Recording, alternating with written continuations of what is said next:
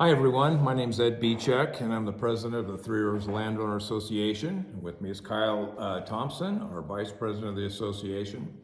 And we're here to give you a quick 10-minute or less update on what takes place at each one of our board meetings. And we just finished up our August meeting, and we started our meetings Sunday at 9 o'clock and we finished at 11:30 on the dot. So we're really starting to gel together as a group. So we've had five meetings so far this year, and we've been in the storming stage this whole time, and now we're starting to move over into that norming stage working as a group. So we're feeling pretty good about that. So one of the things we do at the beginning of each meeting is we go and remind ourselves of our 4 goals that we want to accomplish this year. It's our way of holding ourselves accountable. And so we'd like to, for those of you that are seeing this video for the first time, I want to go over those 4 goals and let you know what they are for the year. The first is a reasonable and responsible increase to our dues for our general operating fund. Simple, easy to understand. The second is a separate and reasonable and responsible increase to our assessment for roads. And Kevin Fitzpatrick is our committee chairman for roads, and him and his team are going to be probably crafting up that first draft document for either a 5 or a 10-year assessment in the October-November timeframe. And once they craft up that draft, it'll be sent to the board for approval. And once it gets past the board, then it'll be ready for you at the membership to be able to approve that and as part of our annual meeting. Mike Fisher, who is also on the committee, Roads Committee, has been doing a great job getting the snow plows ready to go, doing it now so that we anticipate each year that there's going to be a heavy snowfall. And so we really, in anticipation of that, want to make sure that the snow plows and so forth are just ready to go. And he's done a good job of that and has done so. So a shout out to Mike, has a nice job preparing for that. So Kyle, do you have anything on the volunteer fund? Volunteer fund, we continue to collect all the cans here at the event center and throughout the property. We use those funds to reinvest back into the community. We will be hosting a Labor Day games. We will be having bingo, and we will be selling hamburgers at the event. So please come by, and we'd love to see everybody. Awesome. So the Labor Day games, it's just pure Americana in its best form. So it's just awesome. So for those of you that have not attended, I highly recommend it. It's well worth the time. So appreciate all the volunteers for that. LCF&R, Lake Chinook Fire and Rescue, did a presentation in our last meeting. And so we're anticipating them to be at each one of our meetings, giving an update. It's nice for our continually fostering that relationship with those folks. Some of the board members on LCF&R are actual property owners in Three Rivers, so we have some good representation, and we enjoy just continuing to foster that relationship. Boundaries and land use. Joe Parrott is part of the subcommittee under boundaries and land use. The subcommittee is governing docks, and Joe is the lead on that governing dock committee, and him and his team are taking on the responsibility of updating our CCRs.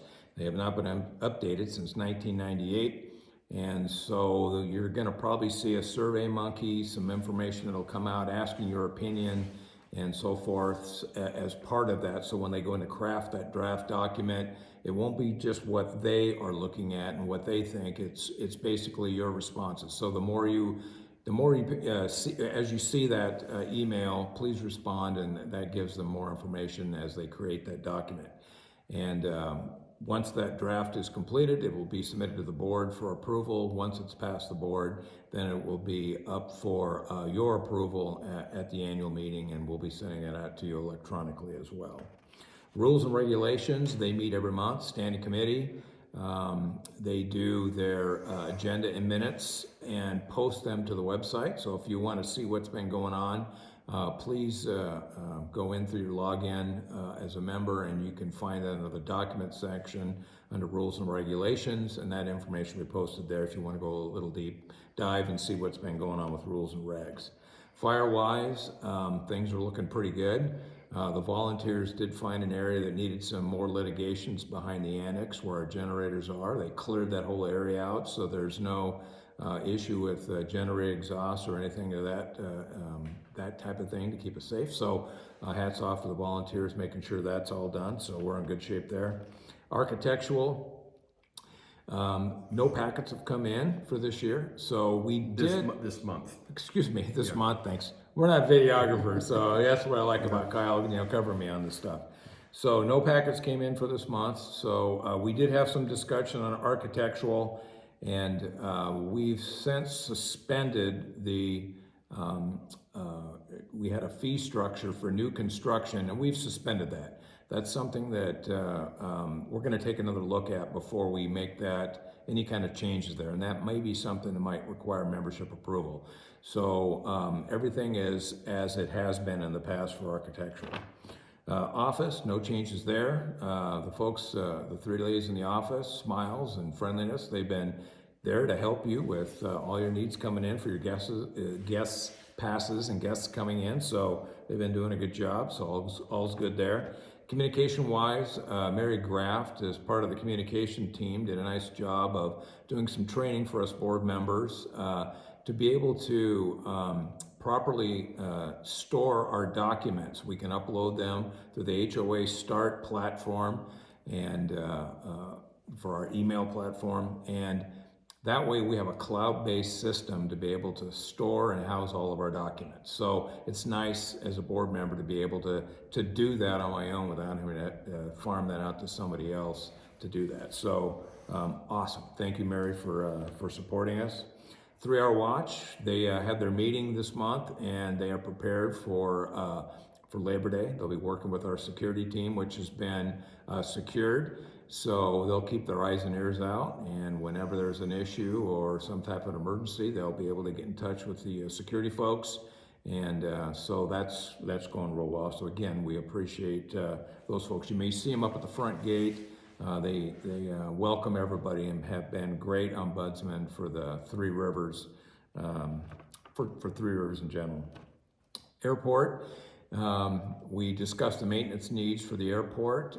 We had a member of Three Rivers who, a past volunteer and someone who's done a great job supporting Three Rivers, has offered up labor and expense to be able to improve the tie-down area, to make it better for those that fly in and want to tie down their planes and stuff. So again, it's another example of someone helping us out and having the opportunity for a volunteer to support Three Rivers. So we appreciate that.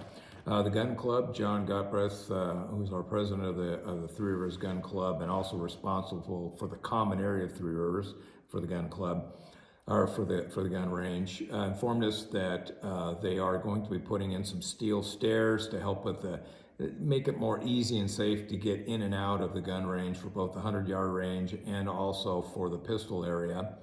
He also received approval from the board to put some permanent structures in over the top of the pistol range. So during the inclement weather, during the wintertime, it'll be out of the range, so you can, more enjoyable to be shooting pistols down there during the more rainy seasons and so forth. So John's done a great job with this. So those are the committee reports. Before I just turn it back over to Kyle real quick to take us home here, I just want to have you pay attention to the tapestry behind us. Bears and Quilts put this together, and it's just a beautiful piece. And if you notice the colors, red, white, and blue, it was inspired for the inspiration came for the support of veterans. So I just want to give them a little kudos for putting that together for us. So right now it's helping with the sound deadening, and it just looks awesome. So to the Bears and Quilts folks, just want to say thank you. So Kyle, anything? Yeah, just when we talk about the 4 main goals for our community for this year, we talk about them every single month. Those are all going to be things that people will need to vote on at the annual meeting. The annual meeting will be March 14th. It will be in Jefferson County. It will be at the Jefferson County Fairgrounds. And we are going to make it, our goal is to make it really easy to increase voter participation. And we are going to leverage electronic voting this year for the first time to accomplish that goal. So stay tuned.